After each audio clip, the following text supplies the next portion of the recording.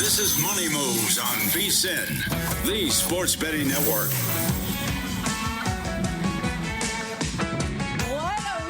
What's going on, party people? As we welcome you into Money Moves on a Monday, VSiN, the Sports Betting Network. Stormy Bonatoni, Jonathan Von Tobel with you. We're live, as always, in downtown Las Vegas, Circa Resort and Casino. Producer Justin Emery at the controls. Lots to get to over the next 2 hours, but boy, it's a fun last couple days. It is, and it's a good time. I'll steal half of Femi Bevafe's opening phrase, which is, it's a great day to be a bettor. I don't know about being alive. Sometimes it's a question, but no, I am very excited because it's a great sports week. It starts with the World Cup later this week. Yep. Out here in Las Vegas, we get some special sports moments because the A's are in town for a couple of series. So that'll be a lot of fun to take in if you can get out there. Obviously, the NBA Finals resume tonight. The Stanley Cup Final has had 3 games, and all 3 have been classics. So, yeah, man, this has been a pretty good time if you're a sports fan. Yeah, speaking to the baseball that we're going to get here in town, I already have a bet on game 1 of that series today that you disagree with. So that'll be a fun conversation. I don't think I disagree. I just think you're brave. That's all. Okay, all right. And we got some breaking news in college football earlier today as well, which is actually where we're going to kick things off as we set the table for the rest of the program. Time to run it down. It's time for the top headlines and topics of the day. This is the Rundown.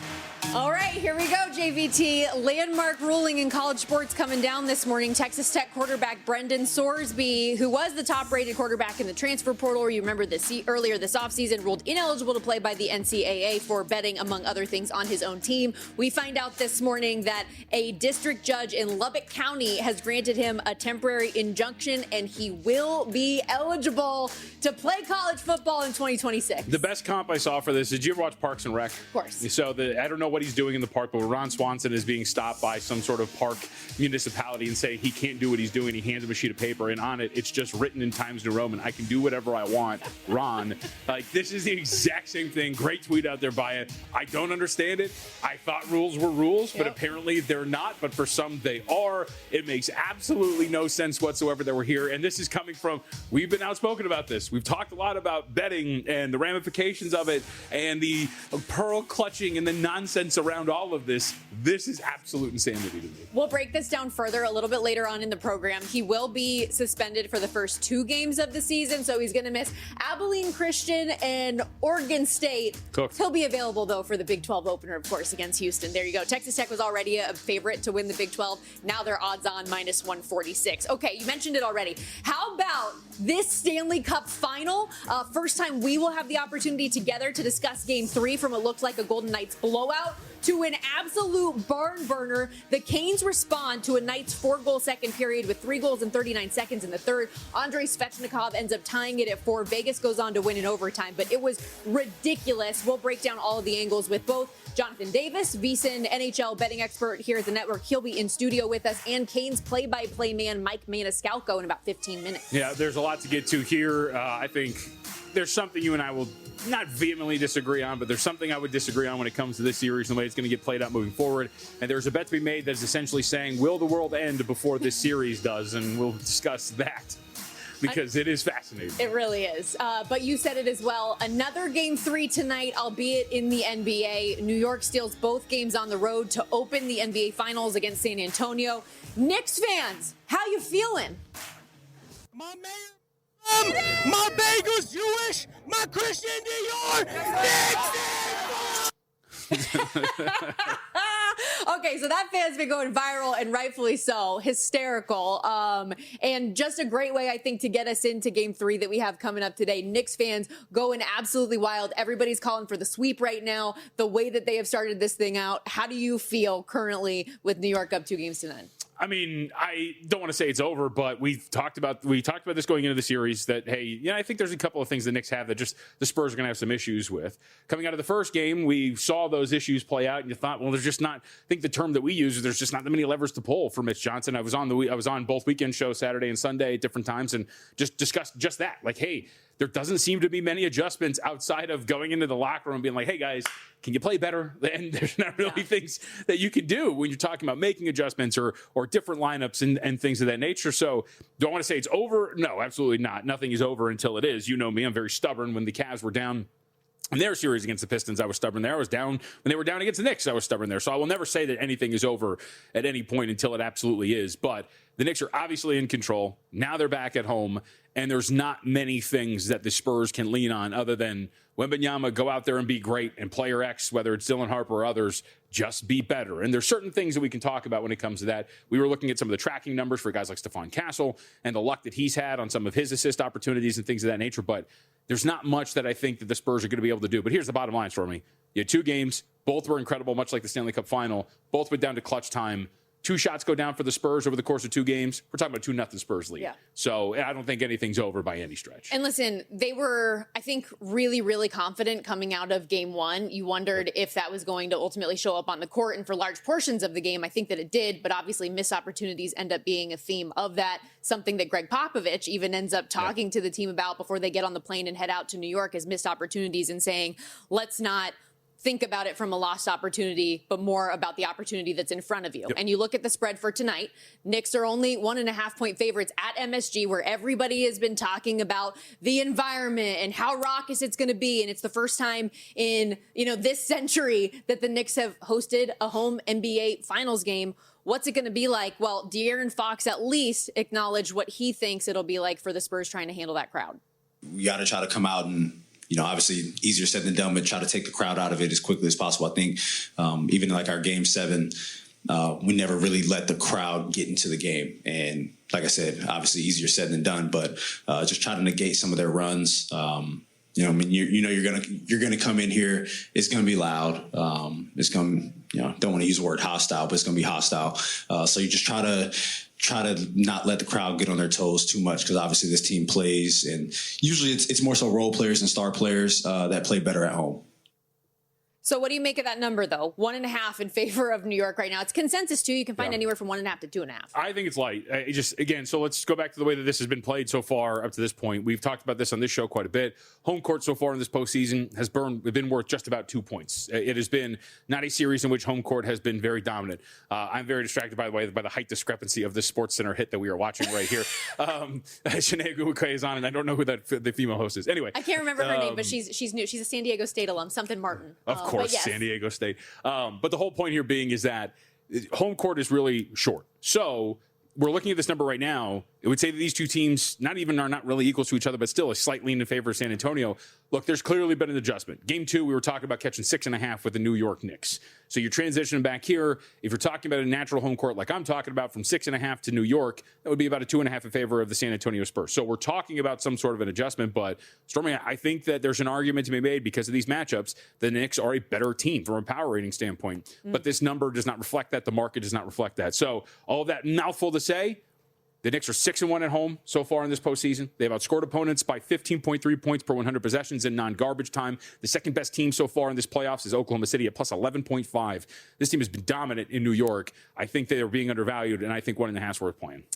113 straight, 12-1 against the spread in that time. Also going back to the regular season, won 4 times in the 5 matchups, largely controlled play in all 5 of them as well. And with this situation now down 0-2, Stephon Castle also spoke about the Spurs' sense of urgency that they have to enter this game with. I think it's just human nature to come out with a certain sense of urgency, especially after a loss.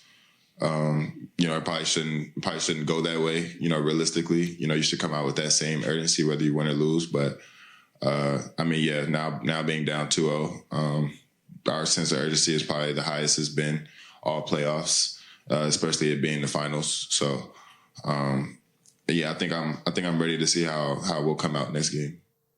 I think we're interested to see how he's going to come out in this game. Remember, in the fourth quarter, he got dinged up. He's got an ankle injury. He's going to play. There's really no question about it, but was used largely as a defensive specialist down the stretch outside of a transition opportunity off of a defensive possession in which Victor Wembanyama decided to careen the ball off of his backside that led to a turnover that eventually clutched the game up for the New York Knicks. So his health and whether or not he's going to be active, or not active, but healthy, limber, agile in this game is going to be really worth looking at.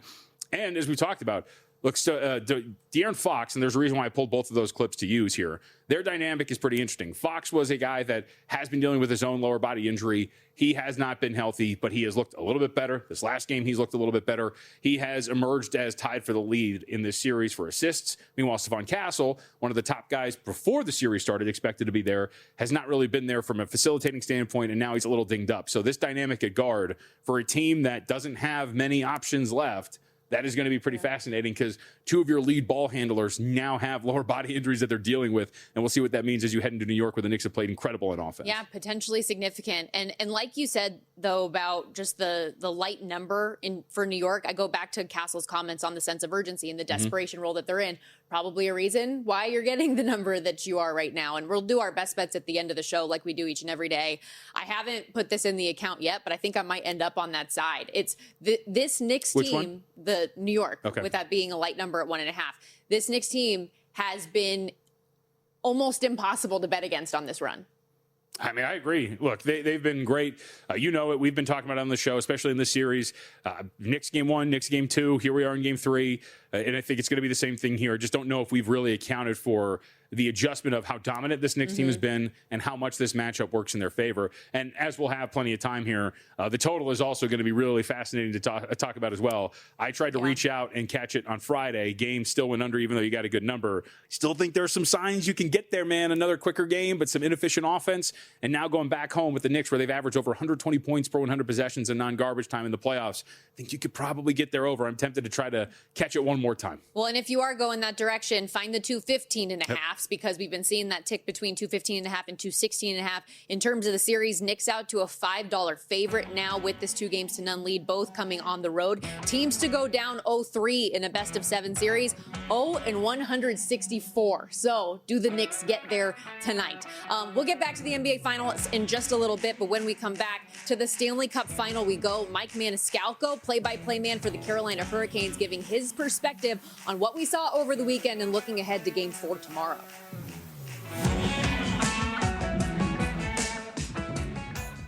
Hey, let me get your attention real quick, podcast listeners. I've got something for you that feels too good to be true. First, credit where credit is due. If you're listening to this podcast, you're already leveling up your betting game. You're riding along with our best bets and top angles. And when there's a good game on, you're probably getting involved with a few props and alt markets as well. But there's one more layer if you really want to step things up, and that's VSiN Pro. Yeah, I've mentioned it before, but things are only getting better for our pro subscribers. We just rolled out our MLB prop projections, breaking down some of the best edges across strikeouts, hits, home runs, and more. And that's on top of everything else pro subscribers already get, including public betting splits, expert picks, and betting guides across the sports calendar. If you haven't tried it yet, stop sleeping on it. You can get your first month for just $9.99 or save big with promo code POD26 on an annual subscription. Hit the link in the description and start cashing in with VSiN Pro. All right, now back to the show.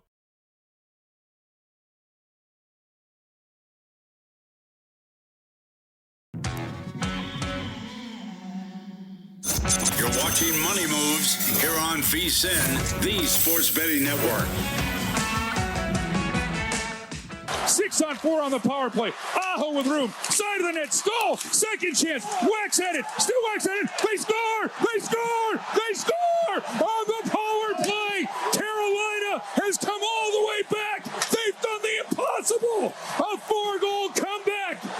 And Carolina has tied this game at 4. And it's going to be Andrei Svechnikov who gets the equalizer. That's how it sounded when the Canes tied it up in Game 2 of the Stanley Cup Final. Late, Vegas would go on to win it in double overtime. That voice you heard, though, Carolina Hurricanes play-by-play man, all-around awesome human, Mike Maniscalco, who is kind enough to join us on the Progressive guest line. First of all, I know it's never good to start with a double question off the top, but for one, that was maybe the best hockey game I've ever seen in my life. What was it like to call it? And two, how do you handle doing a call like that while Trip Tracy is essentially tackling and hip checking you during the whole thing? Well, I've now had, 2 rounds of that under my belt of Trip playing the physical game. But the way I'm built, Stormy, and people have seen it, I can handle contact. So I'm good. it kind of gets me going, although you will hear the voice kind of goes up a little bit on certain things when I'm getting an elbow or a shoulder to the ribs. But I'm fine with it. And it was honestly, as a kid, if you can't play it and you want to be a broadcaster, you dream of being able to call a game like that. Now, as the Carolina Hurricanes play-by-play voice, I wish there was one more goal for Carolina. That would have made it probably the best game I was a part of. But if I can take 2 steps back and be objective, not just this game, this whole series is some of the best hockey that I've ever watched, just how these two teams keep coming after each other. But that was with everything that happened in game number 3, the Mitch Marner show in the second period with the 4-point performance he had and the hat trick, and then Carolina with the 3 goals in 39 seconds. It's what a final should be, and that game is going to be talked about for years and for decades, for not just the people who were there and called it and saw it, but it's going to be part of hockey history. So it's pretty special to be a part of something like that. I do like inside baseball stuff when it comes to broadcasting, so I want to ask one more question about what you do, which is when they're down 4-0, what is the challenge of keeping the energy up for a broadcast like that? Because you don't know they're coming back when they're down like that. Well, I think, and that's a really good question. The thing that Trip Tracy, my partner, and I have is you try to keep things positive, but you also try to be real. And what you start doing is looking at things in the game. Okay, what do you need to see here?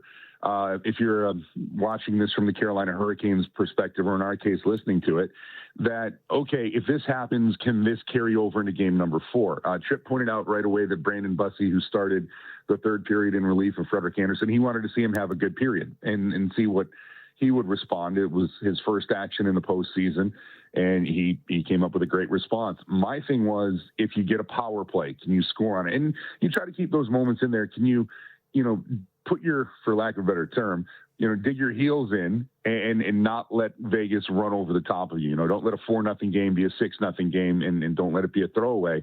Kind of let them know that you were there. And then the Jordan Martinook goal was scored, and everything broke loose after that. But that's kind of my mindset is, it is sports. Anything can happen.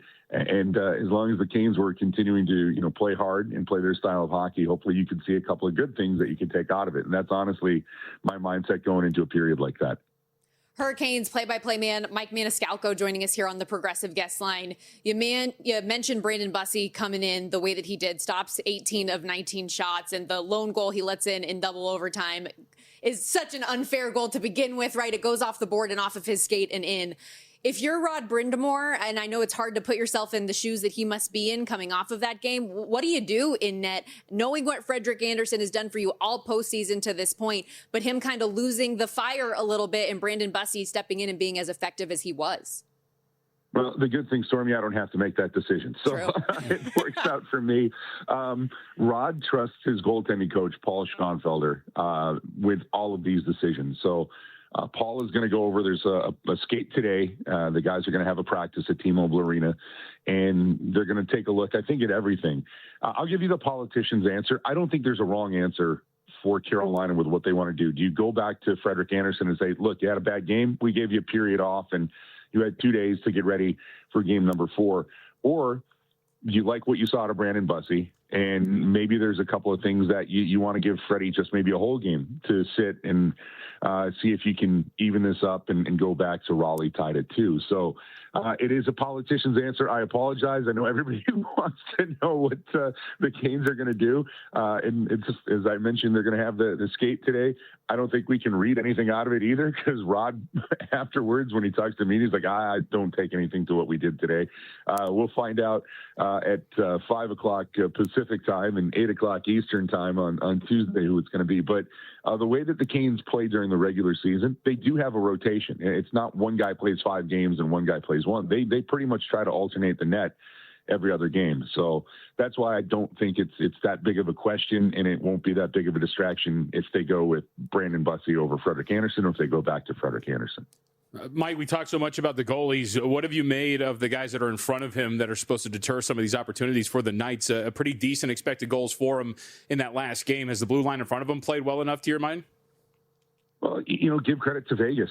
When you've got players like Mitch Marner and Jack Eichel and William Karlsson and I know Pavel Dorofeev hasn't had a series that people would expect him to have, but then Mark Stone, you run down the list. It's not like Vegas is throwing out chopped liver and trying to get chances. And these two teams, I've used this line the whole series. They're similar, but they're not the same. They know how to put pressure on their opponent and push those pressure points to get to where they need to go to score some goals. And, the same could be said the other way. If I can remind you guys, Carter Hart has only given up one less goal than what the Carolina Hurricanes have. And nobody in Vegas is saying, well, should they go to Adin Hill? What's the problem with Vegas and what they're doing? So that's why I just a little counterpoint on that. I just think it's really, these teams are so good at exploiting the mistakes of their opposition that you give them an inch and all of a sudden the puck is in front of the net. It's a high danger chance, or especially when we saw on the power play for Carolina in game number 3. And of course, not having Braden McNabb for game number 2 was a big thing for Carolina to get the 2 goals. But, they finally, all right, let's get the puck to the net. Let's press. And then Vegas's power play shows up in game number 3. I mean, that pass from Jack Eichel to Tomas Hertl is all world. So you got skilled players, and they're taking away time. It's generally the defense takes away the time and space. They're taking away the time on the defense to make a play the way that these two teams can push up and down the ice. So I do expect at some point we're going to get one of those 2-1 hockey games where, everybody's getting in front of everything and there's just no room on the ice. But for right now, the guys getting the opportunity to make an offensive play, they're doing it. And again, with Vegas's skill, that's what has really impressed me about this series with them. Their skill, I mean, how many breakaways, how many odd man rushes have they had? Because they can create it with their talent and their speed. And then Carolina, what has been fun for me to watch for the Canes is how they've been getting the pucks to the net, getting deflections, taking away Carter Hart's eyes. So we always want offense, right? We got great offense. Let's not try to kill it this series. So I'd say keep it up if you're both teams. It's been fun to call. It really is crazy, though, after all of the talk about the defensive structure of both of these teams and what we were going to get with the way that these goalies have played, that they've all been as high scoring as they have been. Last thing for you, just to go back to the special teams real quickly, how significant is it that Carolina's power play has finally started to be able to click for them? As we expect this to be a long series, what will that mean for them?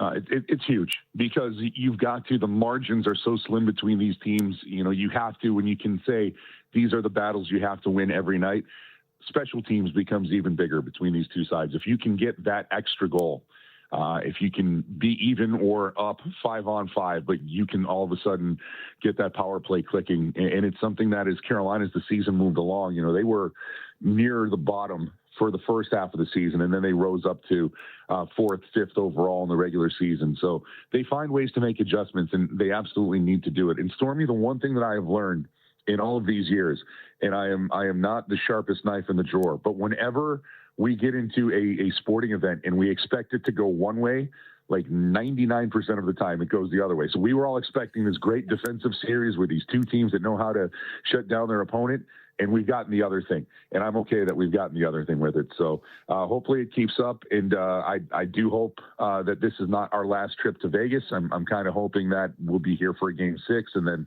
back to Raleigh for a game 7, because this has been a great series for not just these two cities, but for the NHL and for NHL fans out there. So I kind of feel like Willy Wonka. It's those things, the tension's unbearable. I hope it keeps up. Take care of that voice. You're going to be screaming a lot, I think, over the next couple of days, too. Yes. I've drank about 300 ounces of water over the last 2 days, so I've probably got a lot more of that coming in my future. You're awesome, Mike. Thank you so much. I know it's such a busy time right now. Thanks for making time for us. Anytime. Thank you, guys. Mike Maniscalco, everybody, will be on the call once again tomorrow night for the Carolina Hurricanes. We got to step aside here, but to follow up on some of our conversation with Mike, call me crazy, but coming up after this, I have a few strong opinions, and I know JVT does in the NBA as well. Stick around.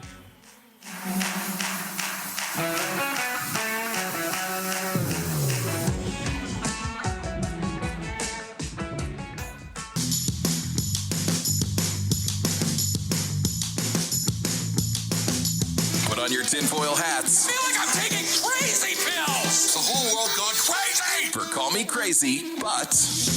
All right, we love an overreaction Monday, time for Call Me Crazy, but back here on Money Moves, Stormy Bond and Tony Jonathan Von Tobel with you. And let's start in college football because we got some big news coming down this morning about Brendan Sorsby at Texas Tech being ruled eligible for the 2026 season. And call me crazy, JVT, but Brendan Sorsby should not be allowed to play college football this year. And I want to preface this by saying, like, the two of us and what we do, we are the most pro betting people out there. Sure. I do think we both have shared several gripes about the NCAA in general and some of their rules being dumb, outdated, or should be tweaked and have a gray area. But with betting and betting on your own team, this is about as black and white as it comes.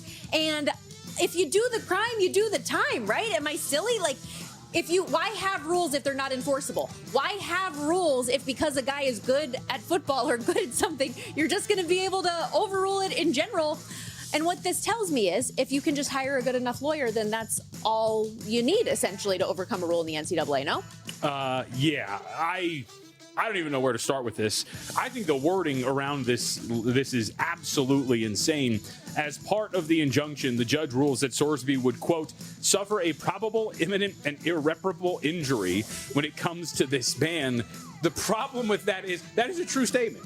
The problem is the ban is here because of his own actions. Yes. Because he decided to wager on games that his team played in when he was over there at Indiana. This is absolute insanity to me. And then you look at some of the logic here behind the injunction as well and what you're looking at here. Because he will be unable to participate as a member of Texas Tech University's 2026 football team, including benefit from the elite coaching, training, resources, camaraderie, and regimen that only being a member of Division I football college can provide. Build the skills necessary to maximize his own success during the college football season. Make an informed decision regarding whether the 2026 NFL supplemental draft. Yes, that's what punishment does. It takes away benefits because you broke the rules. I want to rip my hair out. Yeah. And again, you've said it. We have pushed back on the pearl clutching in this industry. Yes. I've pushed back on the fact that people blame the industry as a whole, even when it came to the Sorsby thing, right? That we're inundated with all these ads and it just forces people to gamble. At the end of the day, these are adults that make decisions. Jonte Porter, I mean, he suffered consequences because of his actions. And now we have somebody here that should suffer consequences because of their actions. And yet this is, nope, we're fine. This is mind-boggling, JVT, dude. I tweeted about this. I guess Hunter Deckers just needed a better lawyer. Because does anyone not remember this from a couple years ago as well? Hunter Deckers was supposed to be the starting quarterback at Iowa State. He made, in its entirety, approximately 366 bets on his mom's DraftKings account, totaling $2,799, including a single $15 bet in a 2021 Iowa State-Oklahoma game to which he was also a redshirt and did not play. Sorsby bet at least $90,000 across 9,000 different bets, including at least 40 on games involving the Hoosiers and other sports as well as football. Like, what are we talking about? That guy had to get completely eliminated from the NCAA and go play JUCO ball, but Brendan Sorsby I don't know. I am very against it. What is the purpose of having rules if you're just going to make exceptions to the rule because a guy is good at football? But also the point, like you're talking about here, Nelson Brands, the Iowa wrestler, who also got banned because of the $3 $5 wagers on Iowa football, as he tweeted out today, and $3 $5 bets got me banned. Yes, like it's anarchy at this point. This will be appealed because that's what always happens in all of these different things. But I don't know if anything changes. As of right now, he is eligible to play in 2026. That is the plan. The NCAA did come out with a strong statement saying how much they disagree with the ruling, said it is damaging, far-reaching, and broadly destabilizing in terms of this outcome, which undermines and corrupts the integrity of sports. I think it's all crazy. Texas Tech, again, from even money or better odds to win the Big 12, now out to minus 146 to win the conference with this development. Interesting quote, too. This is from Mike DeCourcy. Texas Tech donor Cody Campbell calling the clearance of Brendan Sorsby by a local court, quote, the outcome of a broken system, and asserting, quote, I'm doing everything I can to fix it. It's a level of audacity I did not believe was humanly possible. Okay. College sports are a mess. We're still going to watch. Okay, Let's go to the NHL because this is one I know that we are on differing sides of. But call me crazy if I'm Rod Brindamore. I think it's Brandon Bussey's net ultimately tomorrow. Okay, so this is not something I necessarily disagree with. Bussey was very good, and the only goal he let in was, again, the only thing I could say was stupid hockey. Like, again, it's absolutely ridiculous that goal goes in. Having said that, don't you think Freddie A got a little bit of the short end of the stick in this game? I mean, we were talking about odd man rushes and breakaways and things of that nature. He faced quite a few of those. I think my man, he has not played entirely well. but he also kind of got set up really poorly by some of his teammates, including a ludicrous own goal that I could not expect to happen at all. I understand where you're coming from, but for me, it's not just that one period of hockey, right? Sure. This is what we have seen in this series to this point. You think about the first 3 rounds of the Stanley Cup playoffs. 1 loss, 20 goals allowed in 3 rounds. He has 2 losses, 12 goals allowed in 3 in this series. Save percentages this series, 783, 885, 750 in 5 games a row now against Vegas throughout the course of the regular season. And now he won only once, giving up 3+ goals in all of them. Bussy presented a different look. Speaking of which, Mitch Marner, call me crazy, but how do you not know that there is a goalie change, by the way? Did you hear his statements after that? No. Yeah, he's talking about the penalty shot that he got to go. He goes, yeah, didn't realize that they changed goalies. What? No. Nobody told you? You didn't see? Okay. That's not a Conn Smythe mentality. Neither here nor there. But but all that to say, I think that a different look for Vegas and somebody who his glove side is a different side, I think could be a difference maker in riding the hot hand for Carolina. Here's my thing. So the different look thing, I think, makes sense when you're plopping him in the midst of a game. Now you've got a couple of days to get ready for it. Sure. So now it's different than plopping him in where one of the players readily admitted. They shared the net all regular season, though. Sure, so it was a debate of who was going to get the start game 1 of the Stanley Cup playoffs. It's not like he's some slouch. He had an unbelievable win-loss record. I'm not calling him a slouch. I'm not calling him a slouch. I know you hate Freddie Anderson. You're Freddie going to Freddie, and he has. You're like a dog. Let's move on. You know, a dog with a bone on this thing. But like, I would just say that it seems you would know this better. But like we've talked about this all the time in Major League Baseball when a guy makes his first start in the majors and you see him for the first time, the stuff's somewhat unfamiliar. They come out, they have pretty good outings, and then afterwards you're like, oh no, he's getting knocked around because he finally saw his stuff. I wonder if the Bussy thing is like, all right, cool, you dropped him in the midst of the 3rd period, a player or two maybe not even realizing, even though he's different-handed, right? Like stick size, different everything. That's so how that does not register. But then all of a sudden you get to watch him a little bit more, you get to play against him, and now you realize, ooh, okay, we're gonna put this dude in a spot where it's not like a must win, but it's a kind of gotta win. And all of a sudden you're down 3-1 going back, and you have massive questions at goaltender because you don't know who you're going to use. Speaking of getting knocked around, though, is Freddie Anderson okay? Because he did take that hit to Ivan Barbashev to the head and did not get checked out for a concussion. Anyways, go ahead. No, I don't want to. Get to your NBA one. I was just going to say I have a question about what goaltender interference is because nobody knows. Because I watched one where it was goaltender interference, and then I watched another goal where 2 dudes were in the net, and they were like, "Nope, we're good." And I was like, "I don't." That could have been its own separate call me crazy because it is so inconsistent across the sport. It's crazy. All right, this one's pretty easy. Call me crazy, but Karl Anthony Towns, he should be the odds-on favorite for MVP in the NBA Finals. This is absolute. I don't even know what I'm supposed to say. Earlier today, I was out in a public space listening to an NBA podcast. The media members, I believe 1 or 2 of which have a vote for MVP. One presented that Karl Anthony Towns has been the most valuable player through 2 games, and one goes, and I'm like, dude, if you start this garbage, if I lose this again, if this is another Jimmy Butler, Caleb Martin BS thing that he leads them in plus minus. He is whooping the best player on the other side in Victor Wembanyama up and down the floor every single time out. The only other candidate is Jalen Brunson, who was -6 in his time on the floor in game 2. And yes, scored some points in the 4th quarter and a big bucket at the end. But if we're talking about most value, Karl Anthony Towns has taxed Victor Wembanyama to the point where he is walking off the court at halftime saying he can't F with me, and he can't. Come on, dude. If he keeps this up, he should be the odds-on favorite right now. There's no question about this. Total agreement with you. And for a team that is -500 right now to win the NBA title, Karl Anthony Towns is at the center and a major key of why they are having that opportunity in front of them through what he has done. And I don't see any reason necessarily for him to slow down. Speaking of MVP, real quickly, call me crazy, but even in a loss, I think Mitch Marner can get Conn Smythe this year. Yeah. I really do. It's only happened 6 times in NHL history, 4 of which have been goalies, and yet I think we're going to see 2 skaters get it within the last 3 years of each other after Connor McDavid did it a couple years ago. Marner leads the playoffs with 28 points, more than a point per game pace, most playoff points ever for a player his first year with a team, VGK franchise record, first player ever with 4 points in 1 period of a cup final game, fastest hat trick we've ever seen in a cup final game. And on the Carolina side, who's going to step up and win it for you? Yeah. I don't think that there's anyone who has had nearly a standout enough performance to win it at this point. I sent you an article from The Athletic, an excerpt from it. The challenge isn't finding reasons Marner should win. It's finding reasons somebody else might become the playoff MVP, even if Carolina comes back and wins its second Stanley Cup in 20 years.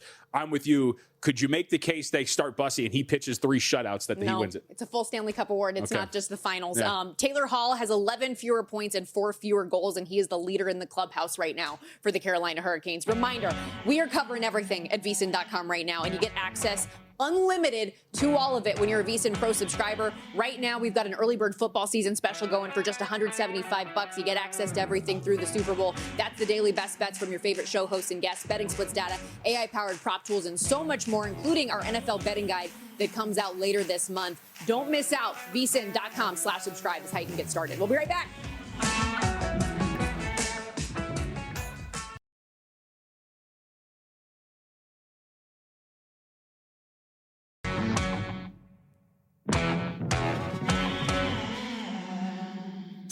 You're watching Money Moves here on VSiN, the Sports Betting Network. The week is finally here. The World Cup is upon us. And if you're looking to put your World Cup knowledge to the test at the highest level, we got something fun for you. Splash Sports is offering $1 million guaranteed in a high-stakes Survivor contest. $1,000 to enter, $1 million on the line. You can only use a team once. Pick wisely from the group stage all the way through the knockout rounds and outlast everyone else. The million is yours. Right now, new players using promo code VSiN, that's VSIN, get a 50% deposit match up to $100, a free quick picks entry up to $20, plus a 100% quick picks payout boost on an entry up to $20 as well. Entries do close in a couple days though, June 11th. Don't wait. Head over to splashsports.com/VSiN. Use that code VSIN. Must be 21 or older. Available in select states only. That'll be really fun. We will, of course, preview and talk plenty of World Cup throughout the week as we welcome you back here to Money Moves. Stormy Buonantony, Jonathan Von Tobel with you. But we got a big game coming up tonight in the NBA Finals, Game 3 out there at Madison Square. Tonight? No, that's too high. Tonight? Yeah, you got to do that. How am I better at that than you? I wasn't prepared for it. But I do a good British accent well, isn't it? Well, no. No. Don't do that. I know you've been hanging out with Alex a lot here, who is the lone Brit at the network. As I've said, the best British-American duo since World War II. Okay, we gotta move on. I wanted to point out before we get into a few of these series leaders props, as we get Game 3 in the NBA Finals tonight out there at MSG, Knicks and Spurs, San Antonio down 2-0 right now. The BetMGM ladder better that we've been talking about throughout the postseason, according to Patrick Everson, a Vegas insider, he is up around roughly $2.2 million since April 27th doing this ladder, and he's got another one coming up tonight. 20,000 on the Knicks minus 2.5, 20 on the Knicks minus 1.5, 35 on plus 1.5, 50 on plus 2.5, 125 on plus 3.5, and 200K on the Knicks plus 4.5 today. So continuing the ladder streak, it has been hot. It has. Is it a good sign or a bad sign? Did you see this about Wembanyama? Did you see where he was spotted? At the park today, he was out in Gramercy Park, like drawing with his sister. Yeah. Is that a good sign or a bad sign? Some would say he's just so calm and just like killer mentality. Even keeled. Others would argue low heart this rate. might be dangerous, but maybe going down the path of Russell Wilson. Just a little, we get it, dude, okay? You're zen. You know, you don't have to keep doing this for the public speculation. Either way. He literally hung out with monks, okay? We know he's a little different. Yeah. But either way, Wembanyama, look, this is a big spot, and I can understand why the ladder. I guess if it's worked, it's worked. Not probably the best strategy. Yeah, I'm sure the math nerds would tell you. Why stop now, though, right, if you're cashing it at the rate that you are? I mean, I think the Knicks are going to win. So what's the ladder up to, or what is it? Give it to me one more time. So from minus 2.5 to plus 4.5, he's laddering them all in between. Yeah. I was going to say he's not doing it the other way. He's laying prices. So I would expect that he wins because I think the Knicks are going to win. So again, Knicks have won 13 straight, 12-1 ATS in that time. Had a lot of success against the Spurs dating back to the regular season as well. You can get as low as 1.5 in the market. Up to 2.5, though, in some spots as well. Total in the 215.5 to 216.5 range. And let's push it forward to some of these series leader markets, though, as they have been updated. The one that I was talking to you about off air earlier that intrigued me, at least on the surface, was the total assist market where we sit right now. De'Aaron Fox and Josh Hart both leading the way with 10, but a very different price. De'Aaron Fox is around plus 190. Josh Hart in the 5-1 to 9-1 range. You can get that 9-1 at DraftKings right now. Mikal Bridges with 9, and then Devin Vassell, Jalen Brunson, Karl Anthony Towns, all with 8 right now. Steven Castle, though, your second shot on the board, depending on where you're looking, at plus 200, plus 230. Stefan. Oh my God. Sorry. No, I know that. I know you know that. No, I know that. I think I was just reading. Steven Castle's a lawyer in New York somewhere. So I think it's a pretty interesting market, obviously. All of these are. For a reminder's sake, do have De'Aaron Fox to lead the series in assists at plus 650. Last game really helped that. The first 2 games, he's been okay from an assist standpoint. I think what's interesting, and I know you said Josh Hart was on your radar. He's tied for the elite, and he's right now at 9-1. You got a couple of guys ahead of him in terms of the odds. The only problem I would say with Hart is the S word, which is the sustainability of what he's been able to do from an efficiency standpoint when it comes to his passes.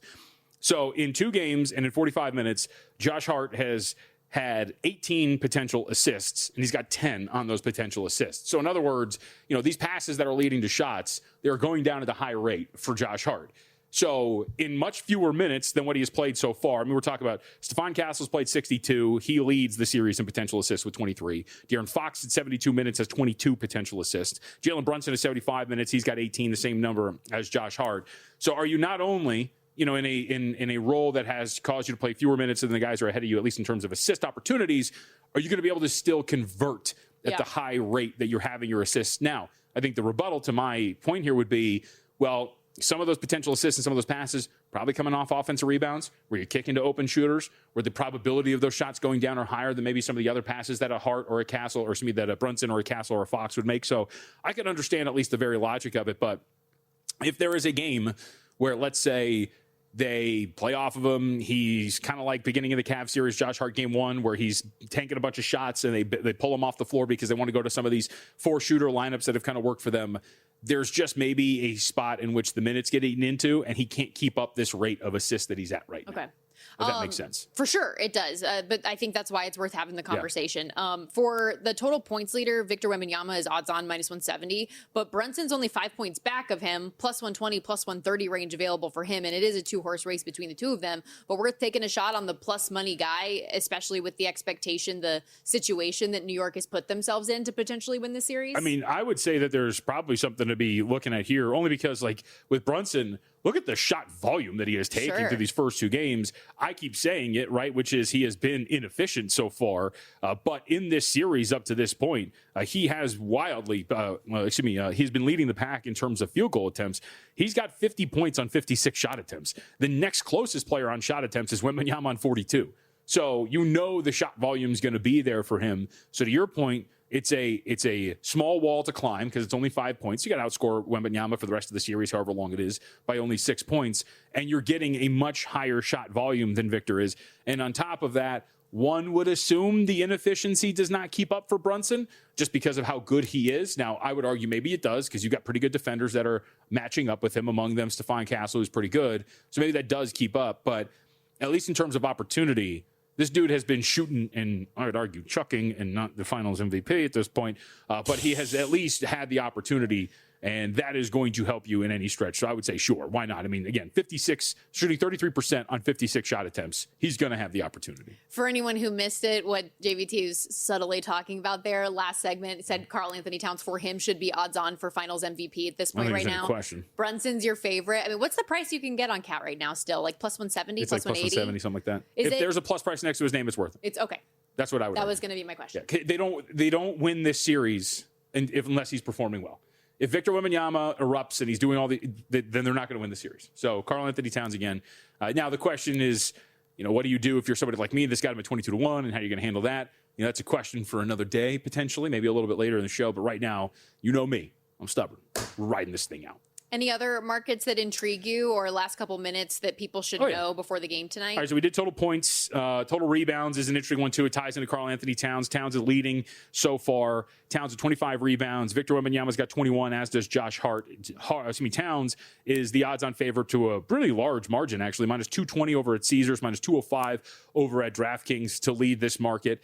Victor Wembanyama behind him by 4 boards is plus 180 at Caesars, plus 160 at DraftKings. And this is always the point of the exercise, too. Just shot shop around and look for it. For example, if you've got some sort of an itch that tells you Devin Vassell can actually lead this series in rebounds, he's 175 to 1 and offered over at a place like Caesars. So just look around. I don't know if you want to bet that, but I'm just saying you want to look. And the other one that's going to be really interesting, our guy, Zach Cohen, we played this clip before the series started, total 3-point makes. Julian Champagnie was his play at the start of the series. He's minus 145 over at DraftKings. He's minus 110 over at Caesars. He leads the field only by 1. The interesting one is Landry Shamet. And, you talk about guys that are either in the lead or tied for the lead or right around the lead for a statistical category and yet have some juicy prices next to him. Look at Shamet. He's 1 behind, and he's 14 to 1 over at DraftKings. And I don't think Landry Shamet's role is going to deteriorate anytime soon. They need him to knock down shots. They need him to be a big part of this offense. Again, going back to one of the more effective lineups that they throw out there with those multiple shooters, Shamet's a part of it. And so again, if you find yourself as pro New York and you're looking around maybe for something, I think there's worse shots to take than Landry Shamet, who's one made 3-pointer behind Julian Champagnie for the lead. And we'll go with the cliche, Stormy. What do they say about role players? They play better at home. Yep. And you're coming back home for 2 games, and you wonder if that's going to be something that helps Landry Shamet potentially. Only 1 3-point make behind Julian Champagnie for the series lead. Also, another great example of having multiple sportsbook apps available to you when you're going through this. The fact that if you're betting Shamet, you can get 6 to 1. You could get as worse as 6 to 1 or as great as 14 to 1 available to you. Just keep that in mind as you go. We're going to continue to hammer that home every single time. Also, still just so embarrassed about the Steph Castle thing. It's like Christian Brown for the Nuggets. When you read it, you just want to say Braun, but you don't because you know it's Brown, but it takes a second for the mind to register. Apologies, ladies and gentlemen. We got to step aside. When we come back, we're going to get into a little Major League Baseball discussion. Only 8 games today, but a really fun series set to begin here in Vegas, which is interesting, and some awards updates to discuss. Stick around.